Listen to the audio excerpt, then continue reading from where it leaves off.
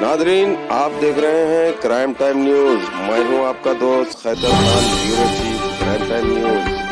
हर तरह की खबर से जुड़े रहने के लिए हमारे चैनल को लाइक करें, सब्सक्राइब करें और देखते रहिए क्राइम टाइम न्यूज। అందరికీ మీడియా మిత్రులకు పేరు పేరుతో నమస్కారం సలాం. తెలంగాణ వచ్చే తర్వాత తెలంగాణ పోలీస్ చాలా బాగా పనిచేస్తున్నారు.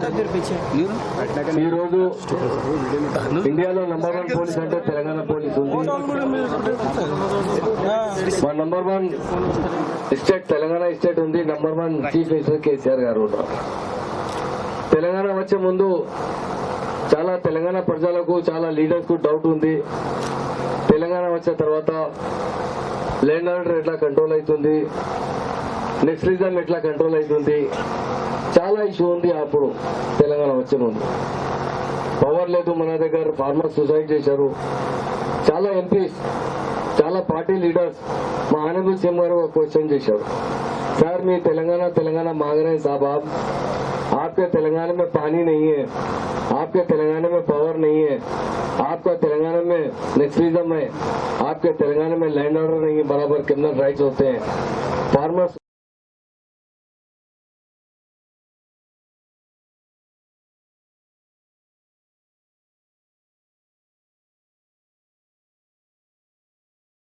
హాయ్ సహకారాలు అందించిన చేవెళ్ల ప్రజల మహోన్నత ప్రేమాభిమానాలకు చేవెళ్ల పోలీసు వారి నమస్సుమాంజలి. ఈ భవన నిర్మాణం ఆధునిక సాంకేతికతను అందిపుచ్చుకుని చక్కని ప్రణాళికతో సాగింది. 17 వర్టికల్స్ మరియు ఫైర్స్ దృష్టిలో ఉంచుకొని ఈ పోలీస్ స్టేషన్ భవన నిర్మాణం జరిగింది. దీని ద్వారా పోలీస్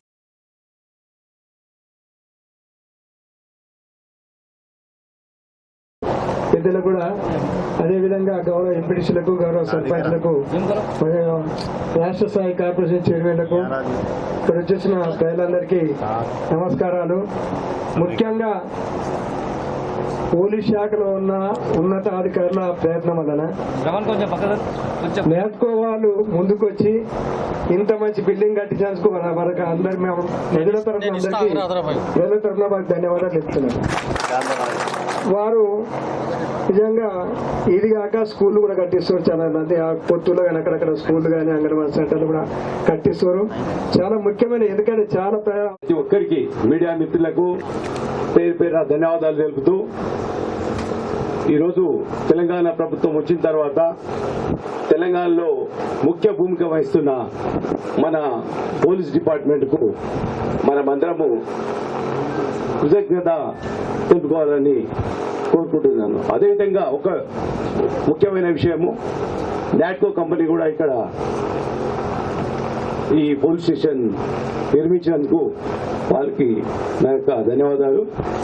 అదేవిధంగా మన ముఖ్యమంత్రి గారి యొక్క ఆలోచన విధానము ప్రజలకు ఎలాంటి ఇబ్బందులు కలగకుండా పోలీస్ వ్యవస్థను ఏర్పాటు చేయడము, వారి బాగోగులను చూస్తూ ప్రతి పోలీస్ స్టేషన్ కు మన ముఖ్యమంత్రి గారు రాగానే వెహికల్ అరేంజ్ చేయడం కానీ, వాటికి ఉండే ఖర్చులను కూడా ఏర్పాటు చేస్తూ, ఈ విధంగా ఎందుకంటే గతంలో చూస్తుంటే ఏ ప్రభుత్వం కూడా